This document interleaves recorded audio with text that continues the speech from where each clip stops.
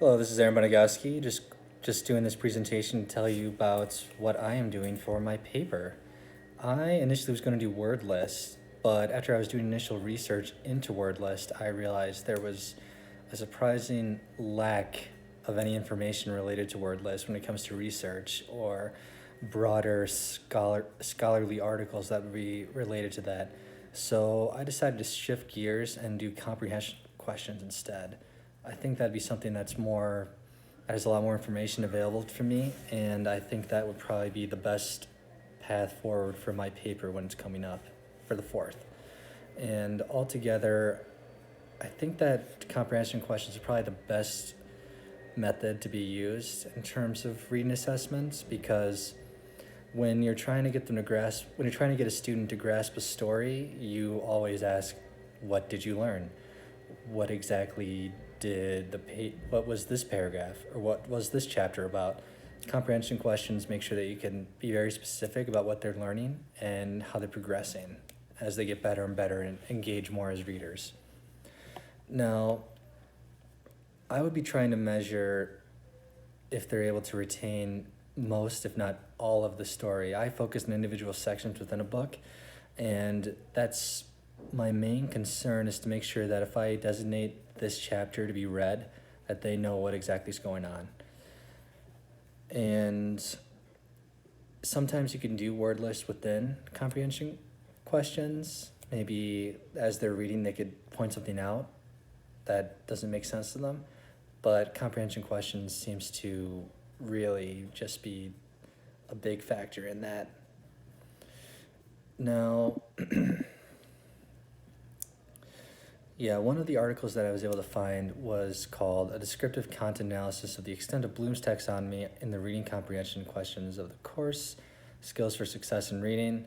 It just talks about how Bloom's taxonomy could be used in order to make sure that the reading comprehension questions are good. And the study that I found, it said that the aim of the study is to find out how or what extent Bloom's taxonomy is referred to when reading comprehension questions are used.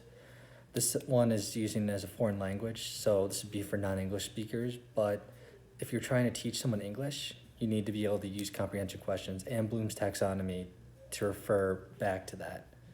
So that's one area that I found when I was doing some research for my paper. And altogether, I'd say that the comprehension questions are likely not, I would say not the only thing that needs to be done, but it's one of the key things that could be done. Now, beyond that, excuse me while I grab something from this computer to help me speak. Now, sorry for any background noise. I'm currently at work while I'm doing this. Now, for the reading comprehension questions,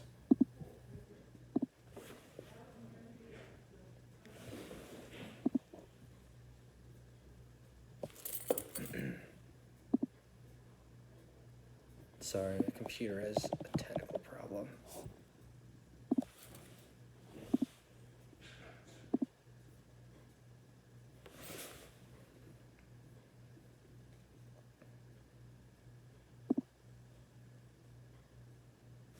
Okay, I found what I was looking for.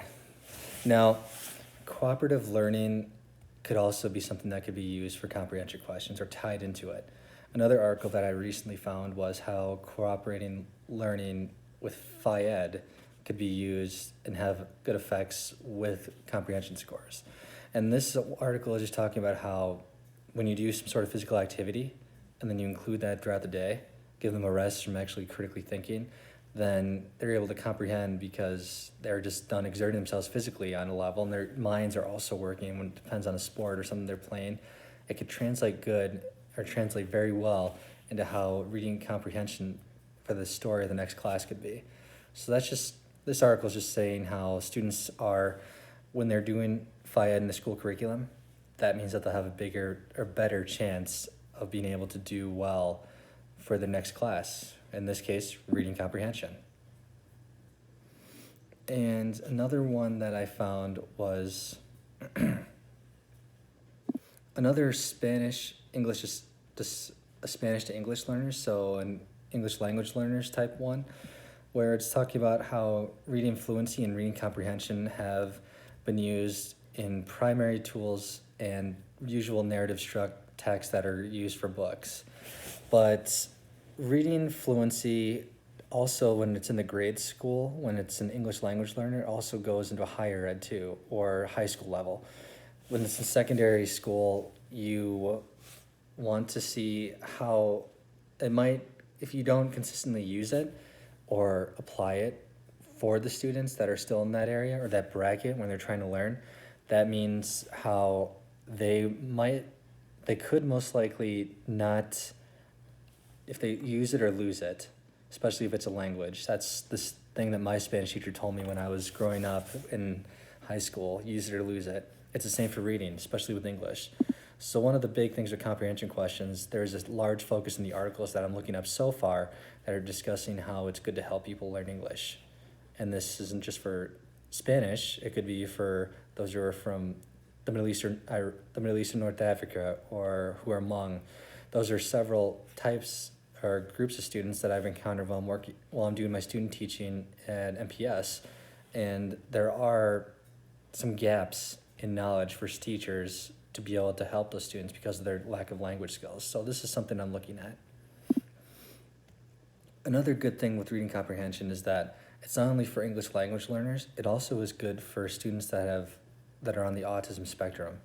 And when they're doing their IEPs, that means that they're able to use this method or maybe picture books or something to help them. Maybe they can have something that's like a different scaffolding to build themselves up further and further with their comprehension questions. And I think that if someone's on the autism spectrum, this is a lot more specialized, more scaffolding to put in place to make sure that they have the proper supports in order to succeed and to not fail. Or at least if they do fail, that they can learn, and it might be at a slower pace than traditional learners. But this is all dependent on the student and all the IEPs that come into place. So that's another area that I'm thinking about looking at for this too.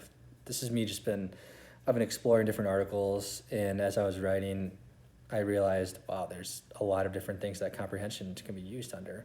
But English language learners are the one I'm going to probably focus on the most when it comes to my paper. The autism one is another cool area that I thought was interesting, thought I mentioned for this. And then another thing and this is one other article that I found in terms of having a relevancy to reading comprehension is it's not always the reading teachers who use something like this, though we are the ones who are tutoring, trying to get our students to the level that's within their peer group or far above beyond, or at least on par with their peers or their age group. Sometimes reading comprehension strategies are used by school psychologists or somebody who's trying to use comprehension questions to see how the student perceives the reading in order to give themselves an insight into how they're feeling or how they're doing. Because when a student reads a story, or when anybody reads a story, there's not always a clear line of this is how this person's going to react from that story. This is just because we're all different. Some people interpret certain passages in a book really well, or they think it's a happy moment. Some will think that this is not a good moment. This is something that definitely is negative. It's going to have a bad effect on me or something. And if you do that for students or grade school or primary to secondary school, primary through secondary school, then that means that you'll be able to use this to help those students go through emotional difficulties. My current job, it's with supervised visitation and all the different trauma that I've encountered, depending on the parents and other things that I've seen here. It's all different. And sometimes one of the things that I've seen is that all the kids seem to like reading. Every time I give them a book or I give them something that looks like it's engaging, they love to read. And this is boy, girl, whether or not they have any disabilities, intellectual or physical, and they all enjoy reading something. So this is a positive thing that we can use and reinforce for trauma-informed strategies to help our students. And these are just some of the areas that I'm focusing on, at least when it comes to my paper. And since we have more time, I'll be able to look into this and focus it even more. But these are the main key points that I'm looking at right now. It might change, but I'm really excited to be able to look into this more. And thank you very much. I look forward to hearing from you guys again.